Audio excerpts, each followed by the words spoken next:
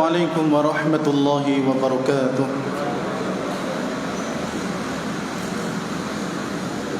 Innal hamdalillah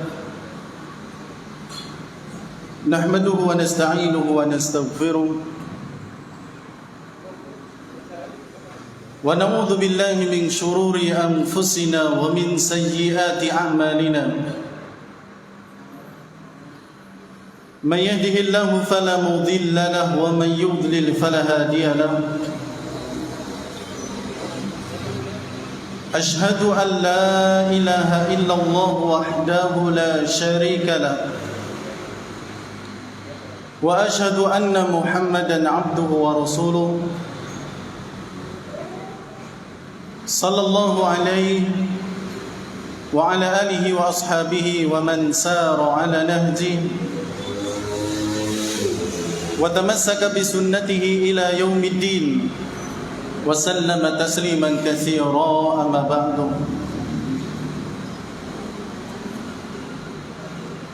قال الله تعالى في كتابه الكريم يا أيها الذين آمنوا اتقوا الله حق تقاته ولا تموتن إلا وأنتم مسلمون. وقال النبي صلى الله عليه وعلى آله وسلم إن أصدق الحديث كتاب الله وخير الهدى هدى محمد صلى الله عليه وسلم وشر الأمور محدثاتها فإن كل محدثة في الدين بدعة وكل بدعة ضلالة وكل ضلالة في النار.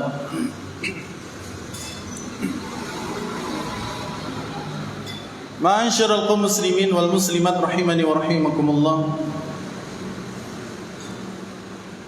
Alhamdulillah, segala puji hanya milik Allah Subhanahu wa taala yang masih mempertemukan kita di malam yang mulia ini, yakni malam Jumat, untuk bisa bersama-sama duduk dalam satu majlis untuk bersama-sama belajar, bersama-sama menuntut ilmu, memakmurkan masjidnya Allah, dan menunggu solat setelah solat. Dan itu semua adalah amal soleh yang kita harapkan diterima oleh Allah Subhanahu wa taala dan sebagai pemberat timbangan kebaikan kita nanti di yaumul qiyamah, di depan majelis persidangan Allah Subhanahu wa taala. Kemudian salawat serta salam semoga selalu senantiasa tercurahkan kepada suri tauladan kita, Nabi kita Muhammad sallallahu alaihi wasallam, kepada keluarga beliau, kepada para sahabat beliau, dan juga kepada kaum muslimin yang mengikuti jejak sunnah beliau hingga nanti di yaumul qiyamah. Ma'asyiral kaum muslimin wal muslimat rahimani wa rahimakumullah. Pada kesempatan malam hari ini insyaallah kita akan melanjutkan kajian As-Sirah An-Nabawiyah, dan ini adalah pertemuan kita yang ke-84.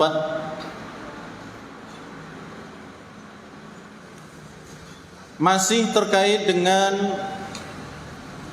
hal-hal yang dilakukan oleh Nabi sallallahu alaihi wasallam setelah beliau sampai di kota Madinah. Dahulu pernah kita sampaikan terkait dengan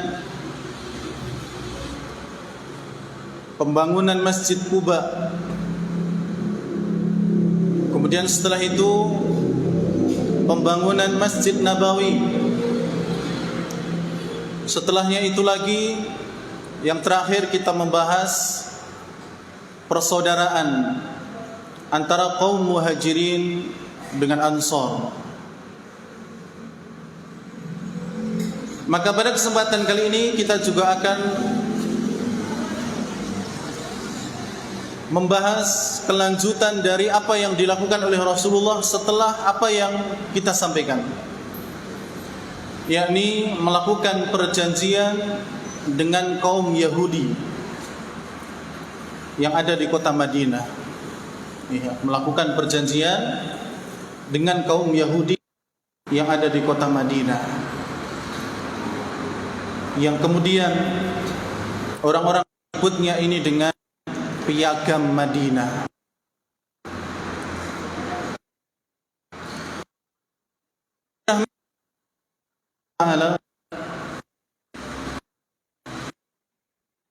Setelah Nabi SAW masuk di kota Madinah, beliau melakukan perkara untuk membangun sebuah negara Islam. Oleh karena itu beliau memulainya dengan membangun Masjid Quba, Masjid Nabawi, sebagai tempat beliau SAW memberikan arahan, nasihat dan perkara lainnya kepada kaum muslimin.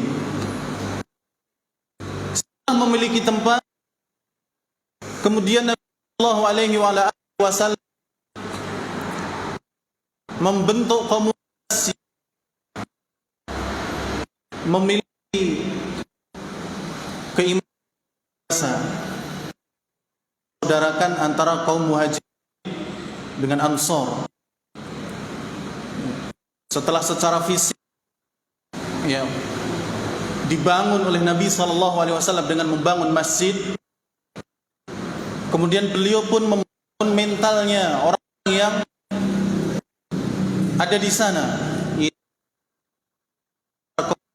Ansor. Orang dan tidak, agar mereka juga bisa terhandle, mereka juga tidak kemudian kesusahan di dalam mencari maisha,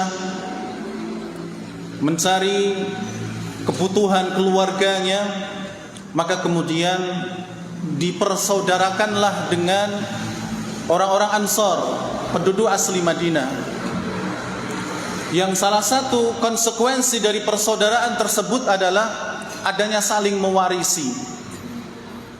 Walaupun kemudian hukum tersebut dihapus, karena mau tidak mau ahli waris itu ya dari hubungan darah, tapi persaudaraan masih tetap ada.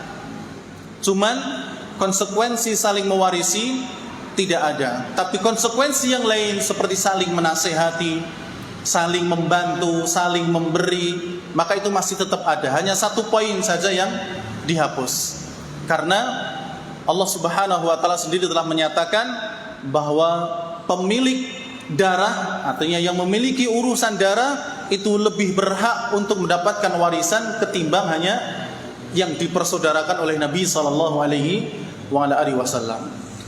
Maka setelah mental mereka pun terbentuk, ya, mental di dalam juga sudah terbentuk, maka kemudian mau tidak mau Nabi SAW pun harus bersosialisasi, harus bermuamalah, serawung atau ya berinteraksi dengan kaum selain kaum muslimin yang ada di Madinah, dan tidak lain diantaranya adalah dengan orang-orang Yahudi sebagai kaum yang terbesar di sana ketika itu, atau yang besar di sana ketika itu dibandingkan dengan kaum-kaum yang lainnya.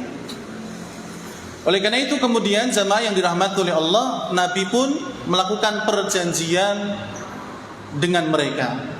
Dan ketika Nabi SAW datang ke kota Madinah, beliau langsung sudah ditunjuk oleh penduduk Madinah yang mayoritasnya adalah orang muslim ketika itu sebagai pemimpin. Jadi ketika itu Nabi SAW langsung menjadi pemimpinnya Madinah. Karena yang mendatangkan beliau ke Madinah, yang mengundang beliau ke Madinah adalah kaum muslimin dari kalangan Aus dan Khazraj. Adapun Yahudi memang banyak ketika itu, akan tetapi tidak sebanyak kaum muslimin karena ada tambahan dari orang-orang muhajirin yang datang dari Mekah menuju Madinah. Maka kemudian diangkatlah Nabi SAW sebagai seorang pemimpin di sana. Maka setelah beliau membuat markas berupa masjid, kemudian beliau menggembleng mentalnya orang-orang muhajirin dan ansor dengan mempersaudarakan mereka, maka kemudian beliau pun sebagai seorang pemimpin negara memiliki hubungan dengan bangsa lain ataupun dengan kaum yang lainnya, yaitu dengan kaum Yahudi ketika itu. Nah, sebelumnya jamaah yang dirahmati oleh Allah, terkait dengan kaum Yahudi, disebutkan oleh Al-Imam Al-Qurtubi rahimahullah di dalam tafsir beliau bahwa Al-Yahud itu disandarkan kepada seseorang yang namanya Al-Yahuda. Al-Yahudu, dal, nggak pakai titik atasnya. Al-Yahudu itu disandarkan kepada seseorang yang bernama Al-Yahuda, ada titiknya atas. Dan Al-Yahuda adalah anak tertua dari Nabi Yakub alaihi salam. Ya, anak tertua dari Nabi Yakub alaihi salam. Nabi Yakub alaihi salam putranya Nabi siapa, Pak? Siapa? Nabi Yakub putranya Nabi siapa? Ishak alaihissalam. Nabi Ishak putranya Nabi Ibrahim alaihissalam. Jadi kalau diurut, Pak, Nabi Ibrahim alaihissalam itu punya 2 istri. Ya, sekalipun disebutkan lebih daripada 2 istri, minimal 3. Tapi yang kita kenal, yang pertama namanya siapa? Sarah, ya, atau kita nyebutnya Sarah biasa, Sarah. Kemudian yang kedua namanya Hajar, atau biasa kita panggil dengan Siti Hajar. Sebenarnya Siti ini nggak tahu itu nama dari mana, ya, karena di aktenya Hajar itu nggak ada nama Siti. Ya, di aktenya Nabi Ibrahim alaihissalam itu nggak ada namanya Siti. Itu nggak tahu kamu Siti Hajar, Siti Aminah, Siti Fatimah. Ya, itu tambahan. Dan kalau nambah nama itu biasanya harus bikin tumpeng dulu. Ya, tapi ini nggak ada. Jadi namanya cuma Hajar, nggak ada Siti-sitinya. Ya. Nah, ketika Nabi Ibrahim alaihissalam menikah dengan Sarah, lama tak kunjung mendapatkan keturunan. Sehingga karena Sarah ini kasihan dengan Ibrahim alaihissalam yang menanti putra ataupun putri, ya, menanti anak lama tidak ada, maka beliau pun mengizinkan, ya, Sarah mengizinkan kepada Nabi Ibrahim untuk menikahi pembantunya Sarah, yaitu Hajar. Jadi Hajar ini adalah seorang wanita hadiah dari seorang raja yang diberikan kepada Sarah. Ya, kisahnya panjang kalau mau disebutkan, tapi singkatnya demikian. Maka menikahlah Nabi Ibrahim dengan Hajar dan diberi keturunan oleh Allah Subhanahu wa taala seorang putra, dan dia adalah seorang nabi bernama Ismail alaihissalam. Dan dari Nabi Ismail inilah turun keturunan bangsa Arab. Ya, bangsa Arab. Setelah Hajar melahirkan Ismail, maka tidak berselang lama Sarah juga hamil. Kemudian Sarah melahirkan seorang putra bernama Ishak alaihissalam. Ya, Nabi Ishak alaihissalam. Dan inilah yang kemudian nanti akan menurunkan bangsa Yahudi. Nah, Nabi Ishak alaihissalam memiliki putra, ya, salah satunya di antaranya adalah bernama Yakub alaihissalam. Ya, Nabi Yakub alaihissalam memiliki 4 orang istri, Pak. Pinten? 4. Kita berapa? 1. Ya. Nabi Yakub alaihissalam memiliki 4 orang istri. Dari 4 orang istri ini ada 12 anak. Ada di sana nanti yang namanya Nabi Yusuf alaihissalam. Kemudian juga dengan saudaranya seibu yaitu Binyamin. Nanti silahkan baca surat Yusuf. Ya. Ya, makanya Nabi Yusuf dengan Binyamin ini dimusuhi oleh 10 orang saudaranya ini, lain ibu. Karena yang sesama ibu cuma Nabi Yusuf sama sama Binyamin. Adapun yang lainnya dari ibu yang lain, ketiga ibu yang lain. Maka kemudian sampai musuhi dan sebagainya, sampai Nabi Yusuf menjadi pemimpin di Mesir dan sebagainya, dan itu nanti bisa dibaca di surat Yusuf dan juga di surat-surat yang lainnya. Ya. Jadi salah satu di antara anaknya Nabi Yakub alaihissalam itu ada yang namanya Yahuda, maka dinisbatkan ke sana. Kemudian kata Imam Al-Qurtubi, huruf dal yang ada di kata Yahuda itu diganti dengan dal, sehingga jadilah Yahuda atau Yahudu. Ya, nggak pakai titik atasnya. Tadinya Yahuda pakai titik atas, kemudian itu dihilangkan, diganti dengan dal. Kenapa? Karena dal di situ menunjukkan adanya ajam. Ya, nama atau isim yang ajam, yaitu isim dari bukan Arab, bahasa asing selain Arab. Sehingga biar seperti Arab maka diganti dengan dal, sehingga jadilah Yahudu. Ya, itu disebutkan oleh Imam Al-Qurtubi rahimahullah. Atau jamaah yang dirahmati oleh Allah, kata Imam Al-Qurtubi,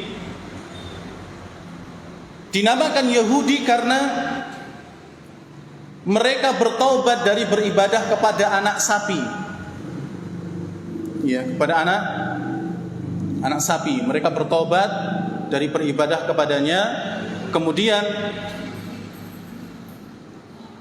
kata hada itu bermakna taba, yaitu bertaubat. Sehingga bentuk jamaknya hadu adalah tabu, mereka bertaubat. Ya. Kul hadu, gitu kan? Makanya dalam Al-Quran kul hadu. Ya. Jadi kata hadu bermakna tabu, mereka bertaubat kepada Allah Subhanahu wa taala dari menyembah anak sapi. Kemudian satu hal yang perlu kita ingatkan adalah ketika kita melaknat Yahudi, maka yang pantas nama bagi mereka adalah Yahudi dan bukan Israel. Iya. Yahudi dan bukan apa? Israel. Walaupun mereka mendirikan negara sekarang namanya apa? Israel.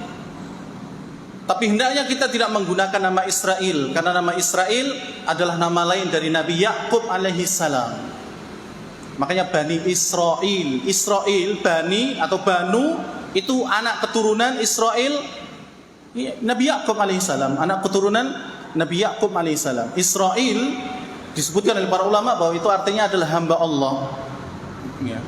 Makanya kalau melaknat jangan wah Israel terlaknat, ya, tidak demikian. Tapi yang tepat nama mereka adalah apa? Yahudi. Ya, sebutan yang tepat bagi mereka adalah Yahudi. Dan ketika Allah Subhanahu wa taala menyebutkan kata Yahud dalam Al-Qur'an, pasti untuk menghina mereka dan sebagainya. Kemudian jamaah yang dirahmati oleh Allah, ketika Nabi sallallahu alaihi wasallam sampai di kota Madinah, maka beliau melihat kehidupan yang ada di kota Madinah tidak hanya sesama kaum muslimin, tapi berhubungan pula dengan seluruh penduduk yang ada di Madinah. Sehingga beliau sebagai pemimpin ketika itu, maka beliau harus menertibkan, harus mengatur dan bertanggung jawab atas hal-hal tentang mereka. Sehingga kemudian beliau pun menulis surat ataupun perjanjian yang dikenal di masa itu dengan Alkitab, ya, ataupun As-Sahifah. Adapun orang-orang sekarang kemudian menyebutnya dengan undang-undang ataupun dengan piagam, ya, sehingga disebutlah piagam Madinah. Kalau dulu namanya Alkitab atau As-Sahifah, ya, tulisan perjanjian antara kaum muslimin dengan orang-orang Yahudi. Kemudian jamaah yang dirahmati oleh Allah, ada beberapa poin besar dari piagam Madinah yang ditulis oleh Nabi SAW. Kalau tidak salah 40 lebih poinnya, cuma akan kita sampaikan beberapa saja di antaranya. Di antara poin besar dari piagam Madinah yang pertama adalah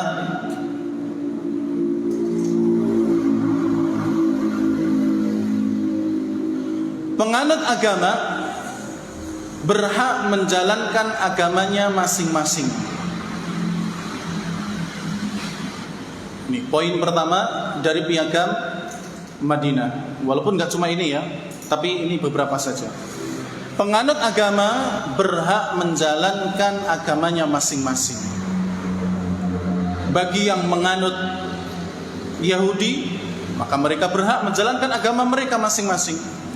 Bagi kaum muslimin juga demikian, berhak untuk menjalankan agamanya masing-masing, dan juga agama-agama yang lain yang ada di sana ketika itu. Semuanya berhak untuk menjalankan agamanya masing-masing, tanpa harus mengganggu dan memaksa satu dengan yang lainnya untuk masuk ke agama yang dia yakini.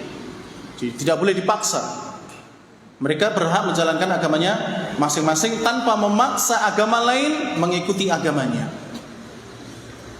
Kemudian yang kedua, di antara poin besar dari piagam Madinah adalah masing-masing penganut agama menanggung biaya hidup masing-masing.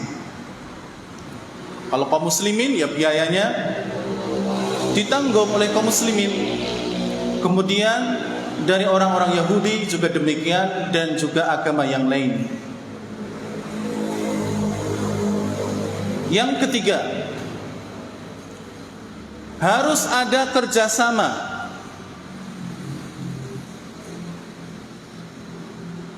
dan saling membantu ketika musuh menyerang salah satu pihak yang mengikuti penandatanganan piagam Madinah.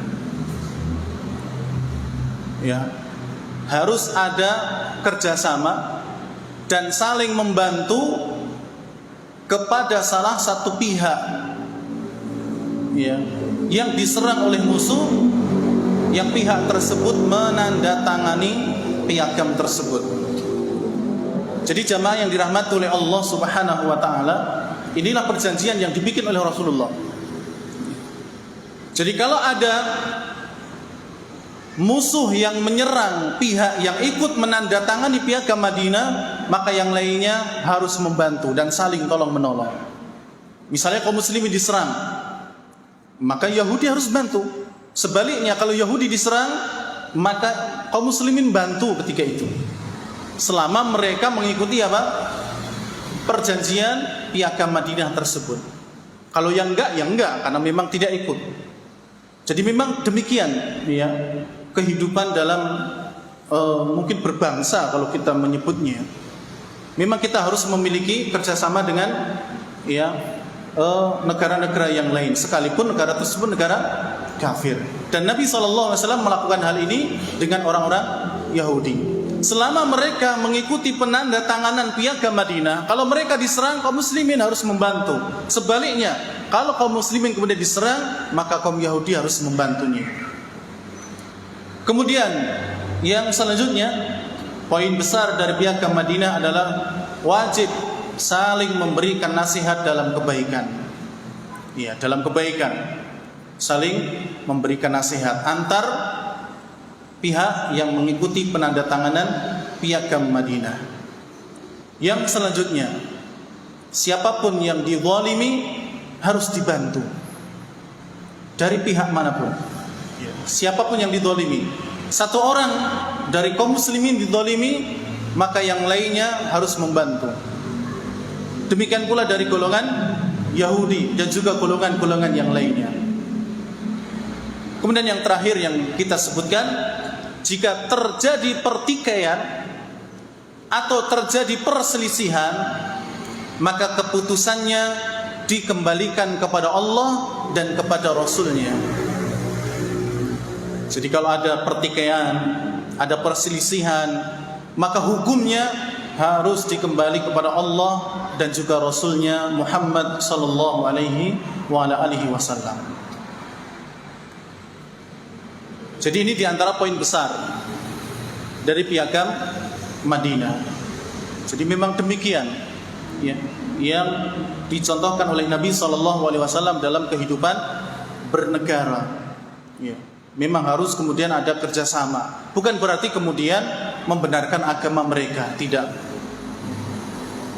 Ya, sebagaimana Indonesia, kalau kemudian diserang, ya, dari negeri yang lain misalnya, maka mungkin yang ikut ya OPI atau mungkin yang ikut yang lainnya, mereka harus membantu.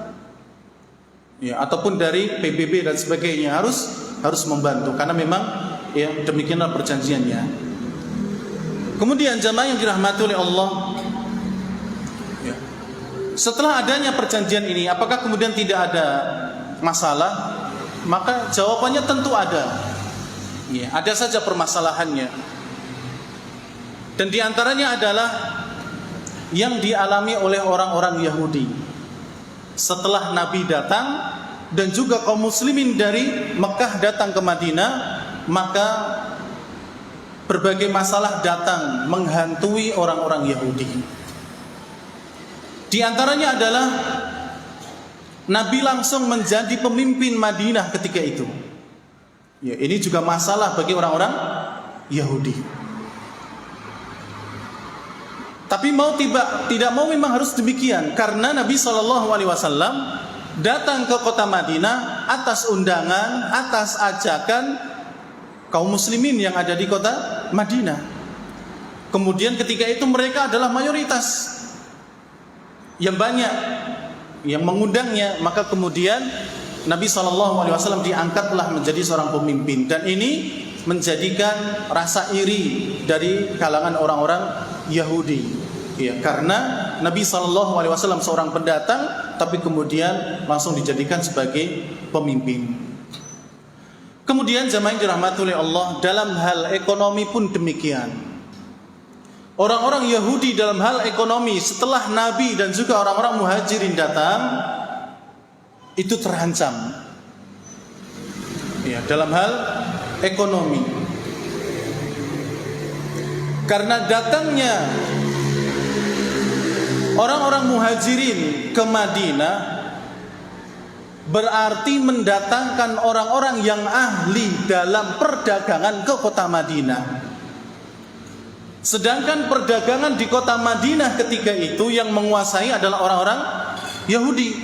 Makanya ada pasar terbesar yang ada di Madinah, dan itu yang menguasai adalah orang-orang Yahudi.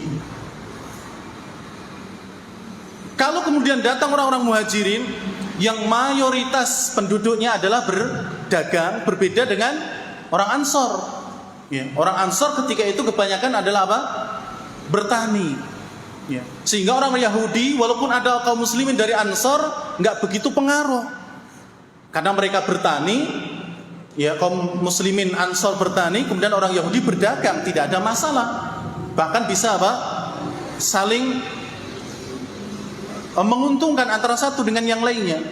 Tapi ketika datang orang-orang Muhajirin yang mayoritasnya mereka adalah orang-orang yang ahli dalam berdagang, maka ini adalah masalah bagi orang-orang Yahudi. Akan ada persaingan ketat di sana.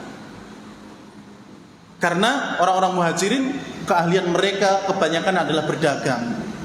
Seperti halnya yang pernah kita singgung di kesempatan-kesempatan yang lalu, yaitu Abdurrahman bin Auf radhiyallahu taala an. Belum lagi Utsman bin Affan radhiyallahu taala an. Kemudian Az-Zubair bin Awwam radhiyallahu taalaan dan sahabat-sahabat yang lain. Mereka ahli dalam masalah apa? Berdagang. Bayangkan Abdurrahman bin Auf. Ya, Abdurrahman bin Auf ketika beliau ditawari kebun oleh saudaranya dari kaum Ansor, dia tolak dengan halus. Kemudian Abdurrahman bin Auf meminta supaya ditunjukkan apa? Pasar. Tunjukkan kepadaku apa? Pasar. Tanpa membawa modal apapun, Abdurrahman bin Auf datang kemudian ke pasar yang ada di Madinah ketika itu, langsung mendapatkan keuntungan. Padahal datang tidak membawa apa? Tidak membawa sedikit pun modal. Tapi kemudian apa? Dia pulang membawa keuntungan.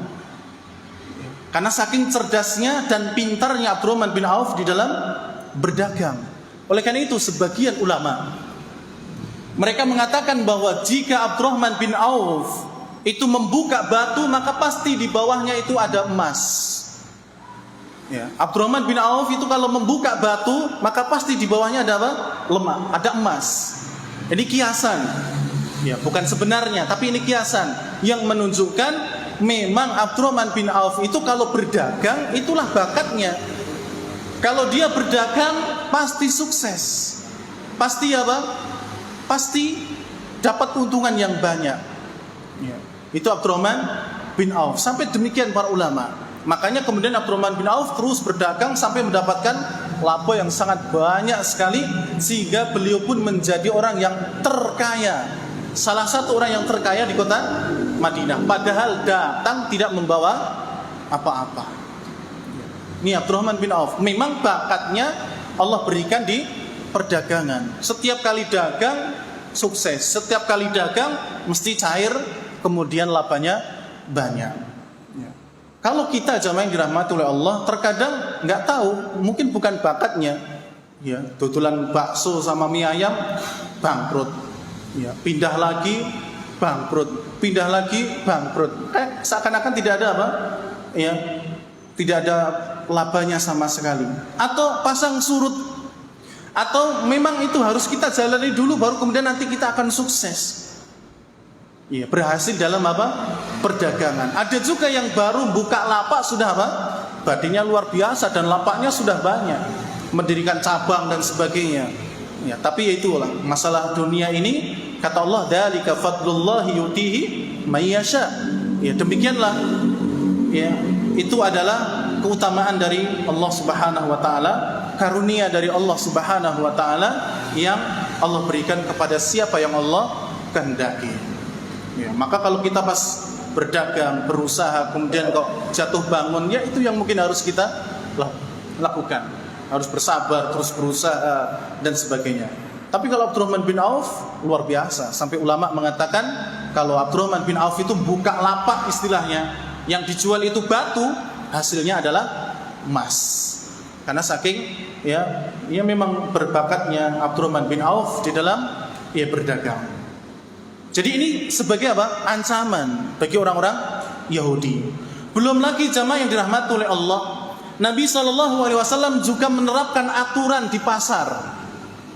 Ya. Ketika Nabi sudah datang di Madinah menjadi pemimpin, maka beliau pun mengatur aturan yang ada di pasar. Tidak boleh di sana ada kecurangan. Ya. Padahal orang yang jual beli banyak sekali melakukan kecurangan. Ya.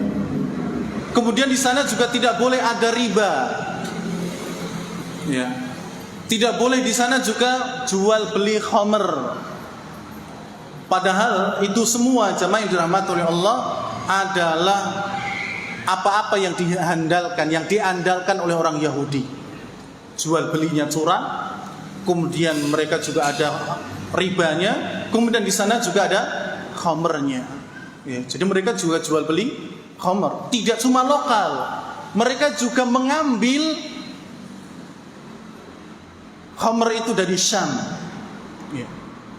Padahal sama-sama bikin puyeng, tapi nggak tahu mana yang lebih enak antara lokal sama yang ekspor dari Ciu itu nggak tahu ya. Saya nggak pernah rasakan.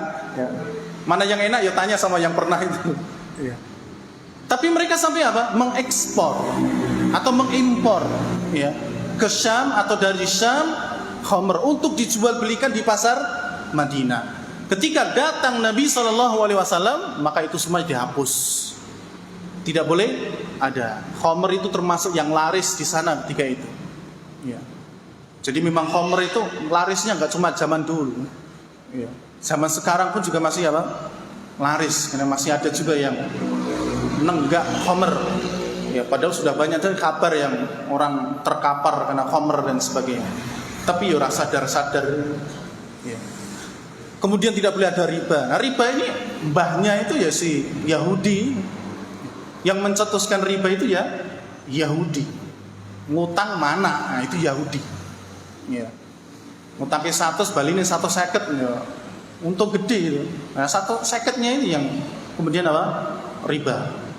Nah, nenek moyangnya riba itu yang bikin adalah orang-orang Yahudi. Maka adanya aturan ini itu juga mengancam perdagangan orang-orang Yahudi ketika itu. Kemudian belum lagi adanya perbedaan keyakinan ya, antara kaum muslimin dengan orang-orang Yahudi. Maka jelas ini akan membuat ya percikan-percikan kebencian, dan ya pada akhirnya nanti kemudian mereka pun yang mengkhianati perjanjian Piagam Madinah.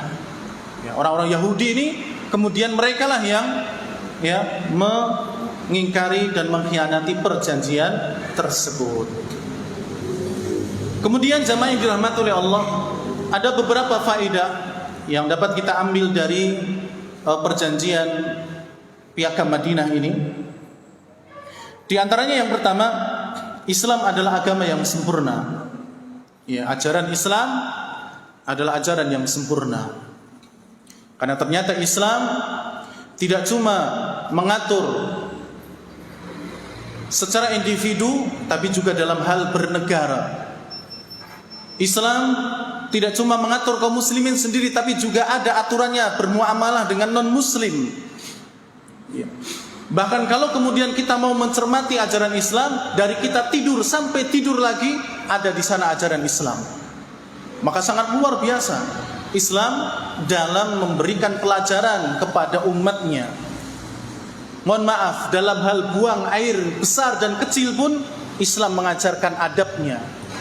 Islam mengajarkan bagaimana seorang muslim dan juga muslimah ketika mereka kencing dan juga ketika mereka buang air besar.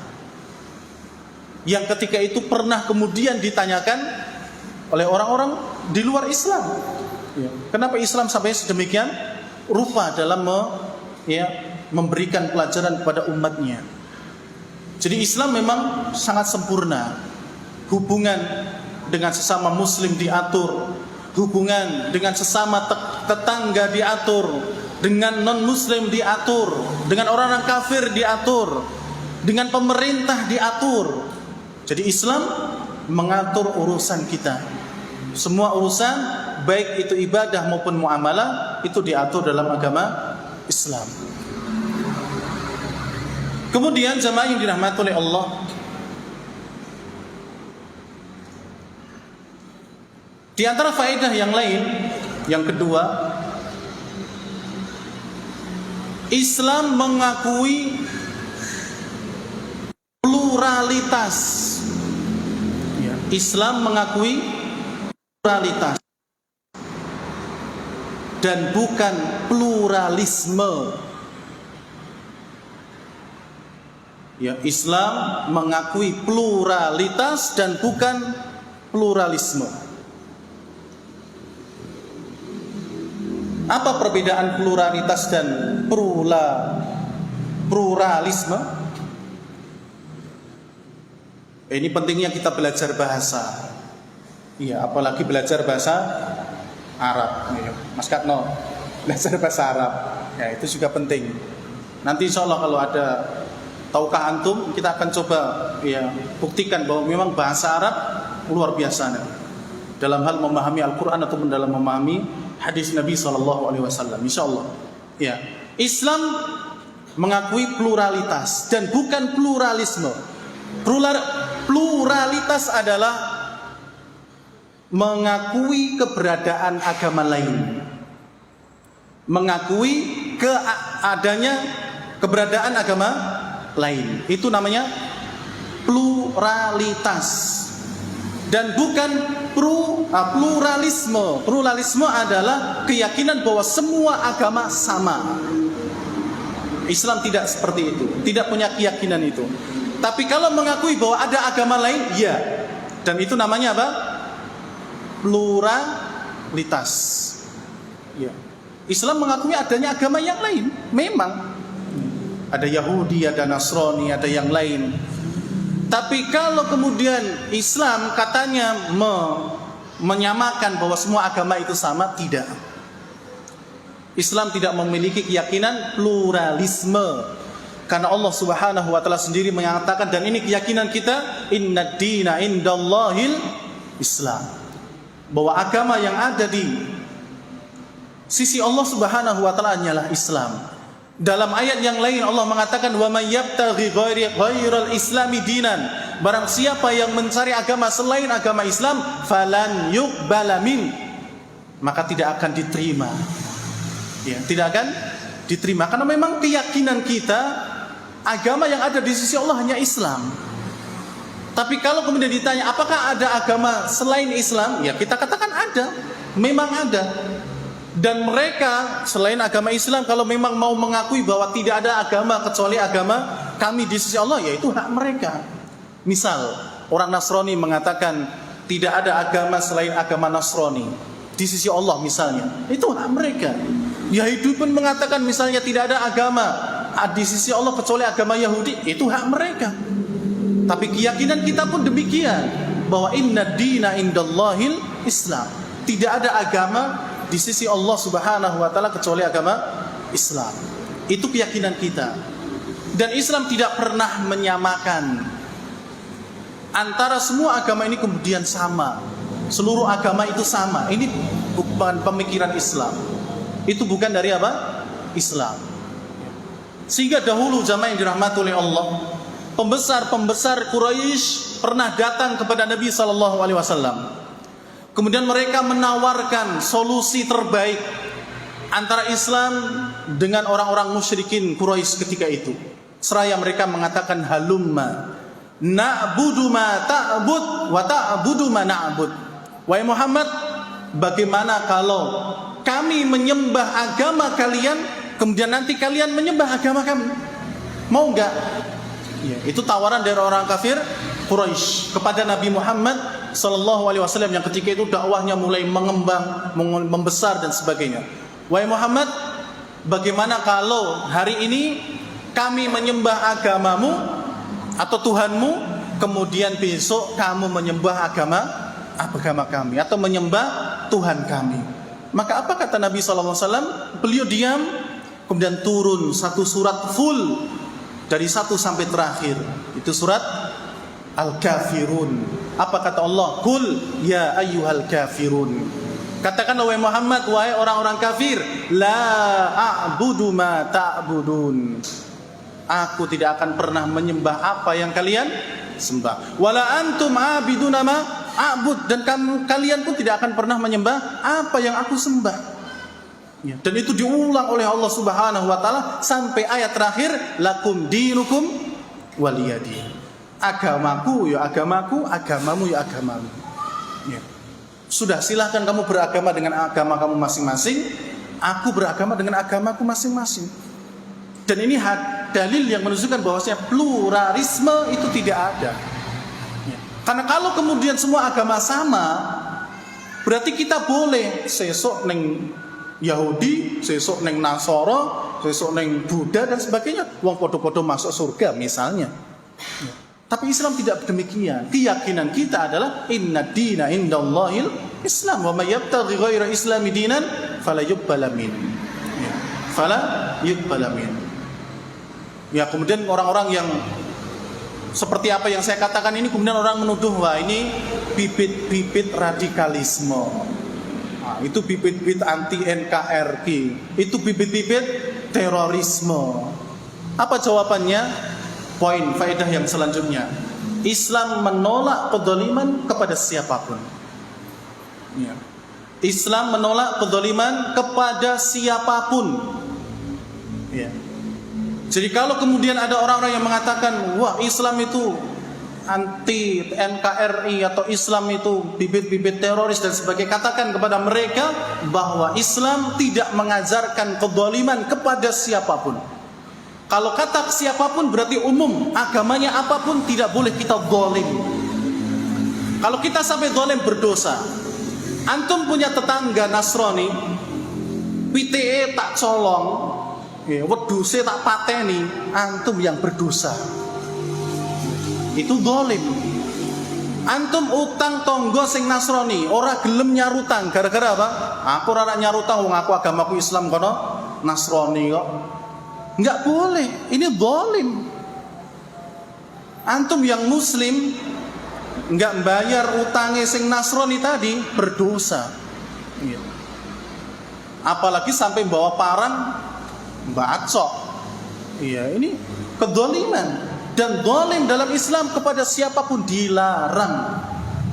Kata Nabi SAW, ittaqud dzulma fa inna dzulma dzulumatun yaumal qiyamah. Berhati-hatilah kalian dari perkara zalim kepada siapapun. Berhati-hatilah kalian terhadap perkara zalim kepada siapapun. Fa inna dzulma, karena sesungguhnya kedzaliman dzulumatun yaumal qiyamah, akan menjadi kegelapan pada hari kiamat. Jadi jangan mentang-mentang agama kita Islam, kemudian tetangga kita Nasrani, dia punya pelem dicolong wae, nembungnya dirontoki, kayunya dilubangi kasih garam, katanya biar rontok kabeh. Ini zalim, nggak boleh. PTE melakukan ngarepan diserempang, disate kemudian, nggak boleh, zalim. Antri misalnya, antri di rumah sakit atau beli obat, depan kita orang Yahudi atau Nasrani diserobot langsung. Karena kamu orang Nasrani sama Yahudi, saya duluan karena saya orang Muslim. Enggak boleh, Pak. Tidak boleh. Itu zalim. Jadi zalim kepada siapapun tidak boleh. Sekalipun agamanya berbeda dengan kita. Dan itu bukan berarti kemudian kita menyetujui agama dia, tidak. Kita hanya memberikan haknya dia, bahwa dia tidak boleh dizalimi. Dan itu juga yang kemudian diperhatikan oleh Nabi SAW. Sehingga apalagi bicara teroris, Pak, bicara radikal, Islam sama sekali tidak pernah mengajarkan hal itu. Orang perang kemudian menghancurkan fasilitas umum saja tidak boleh, apalagi sampai menghancurkan hal yang lain. Lihat, bom itu enggak cuma orang muslim, enggak cuma orang kafir yang dituju yang mati, tapi terkadang orang muslim pun mati. Enggak usah bicara orang muslim yang lain, dia sendiri yang ngebom itu kan juga orang muslim, itu juga mati, bunuh diri. Bunuh diri haram dalam Islam. Mana mungkin Islam itu kemudian dituduh radikal dan sebagainya. Ini tidak benar, tidak sesuai dengan apa? Fakta. Orang Islam mengajarkan lemah lembut kepada yang lain. Islam membagi orang-orang kafir itu yang seperti apa, mana yang boleh dibunuh, itu pun di kondisi yang bagaimana. Enggak sembarangan orang kafir kemudian dibacok gulune, dibacok dase, enggak seperti itu. Islam itu rahmatan lil alamin dan sebagainya. Jadi Islam menolak kedzaliman kepada siapapun. Kemudian yang terakhir, faedah yang dapat kita ambil dari Piagam Madinah adalah ketegasan Nabi SAW kepada para pengkhianat. Ketegasan Nabi SAW kepada pengkhianat.